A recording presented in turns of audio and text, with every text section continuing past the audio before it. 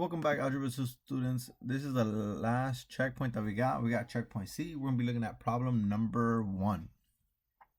A function g is a transformation of f of x equals x squared by reflecting over the x-axis, translating for right, vertically stretching by a factor of 2, then translating up 3.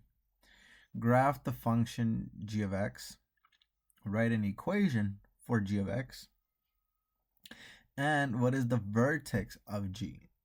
Okay, well, there's so much going on here.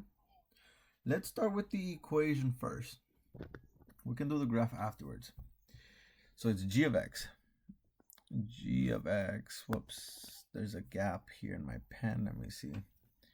Now, let's try again. G of X equals, well, it says this is a vertical stretch. Vertical stretch is outside of the parentheses because horizontal, the H, the two sticks, the one in the middle, horizontal is inside parentheses. So it's going to be 2, a factor of 2. Is there a reflection? Yes, it's reflecting over the x-axis. If it reflects over the x-axis, that means that there is a negative on the outside. So it's going to be negative 2 times the original function is x squared, so it's going to be x. It said it moved 4 to the right, so if it's 4 right, so it's going to be x minus 4.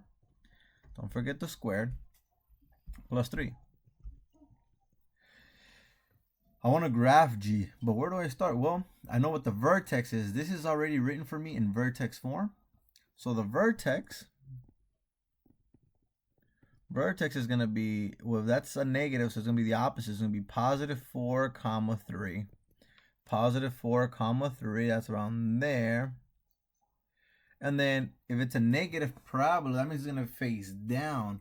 So it's literally going to be a parabola. Whoops, come on. That faces down this way.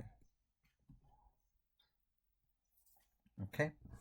The factor of 2 just tells me that it got a little bit more narrow. The original one is a little bit wider. So my y equals x squared should be a little bit wider. This one's a little bit narrower by a factor of 2.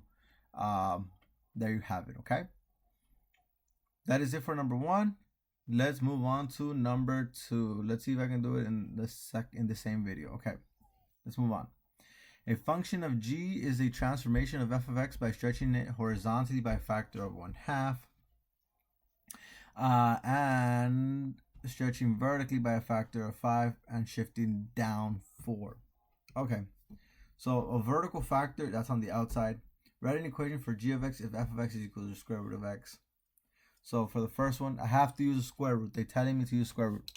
So g of x equals there's a vertical shift, so the vertical shift goes on the outside, 5 times the square root of, if it's on the inside, it's 1/2. I got to multiply by the reciprocal. It's going to be 2. So it's going to be 2 times the square root of, the square root of 2x. It's only going down forward, and it's not going left or right. So that means that the radical actually has to be small, and the 4 has to be outside. So it's going to be minus 4. Okay. Let's look at B. This is write an equation for g of x if f of x is an unknown function. So let's say we have these same transformations, but then we don't know that f of x looks like the square root of x. So I have to continue using f of x.